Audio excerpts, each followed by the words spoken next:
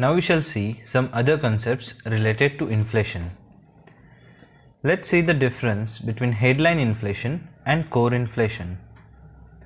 As we have seen, inflation is measured by capturing the price changes in a select basket of goods. This overall inflation, reflected in the CPI and WPI, considering the entire basket, is termed as headline inflation. On the other hand, core inflation excludes transitory seasonal inflation elements such as food and fuel. The prices of food and fuel keep fluctuating, so core inflation measures inflation due to structural factors and is thus relatively less volatile. Core inflation is also called as underlying inflation. So to sum up, we can say that headline inflation is core inflation plus non-core inflation. So now a question might arise that exactly which kind of index is used for inflation targeting under the monetary policy framework. So the answer is CPI combined.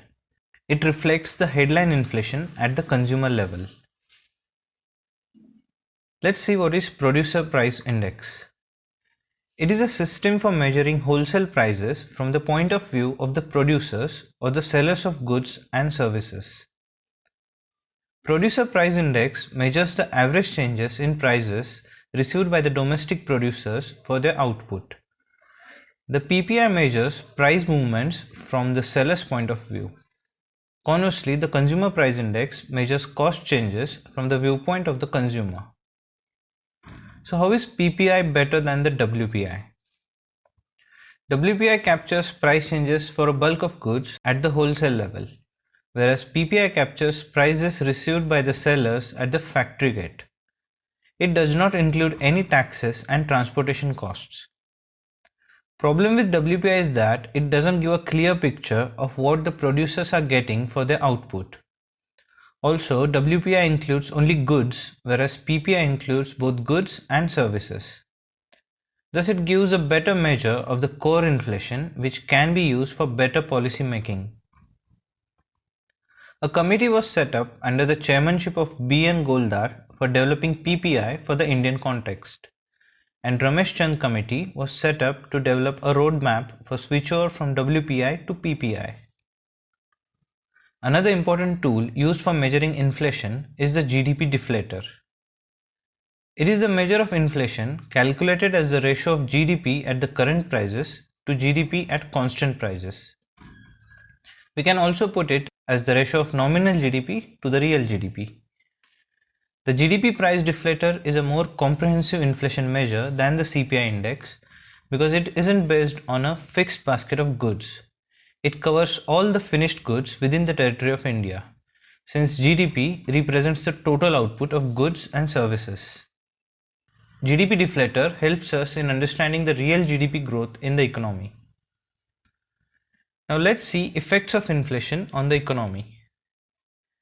Creditors and debtors. Inflation represents degradation of the value of money.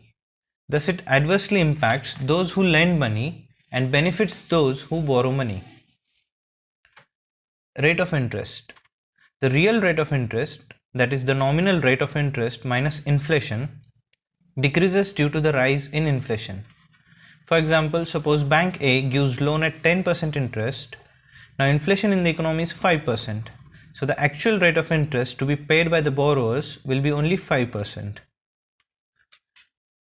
Aggregate demand. Inflation itself is caused by a rise in demand, but inflation in turn boosts the aggregate demand. So it causes a healthy expansionary cycle. So rising inflation indicates rising aggregate demand. So what is the impact of inflation on investments? As we have seen, higher inflation indicates higher aggregate demand and thus leads to an increase in investment in the economy. For example, if the demand for car increases, the car manufacturers would invest more in their plants to expand the production capacity. Income. Inflation increases the nominal value of income. As prices increase, nominal income will also increase. Please let me know in the comment section, how does this happen? On savings, An increase in inflation would mean that holding money as savings is not a good option, as the value of money is only eroding. So it is better to invest the money in assets that grow at a rate higher than the inflation rate. On expenditure. Increase in inflation would lead to increase in consumption expenditure, since a greater share of your income will be required to buy the same goods as before. Tax. Increase in inflation increases the direct tax liability of the individuals. Inflation causes rise in incomes, therefore individuals will now fall into a higher income bracket, so they will have to pay a higher income tax than before. Indirect tax liability also increases due to inflation, as indirect tax is assigned as a percentage on the price of the goods. Increase in the price of goods will lead to an increase in the indirect tax. Exchange rate. Inflation leads to a depreciation of rupee. As there is excess supply of rupee in the market, so it becomes weaker in comparison with the foreign currencies.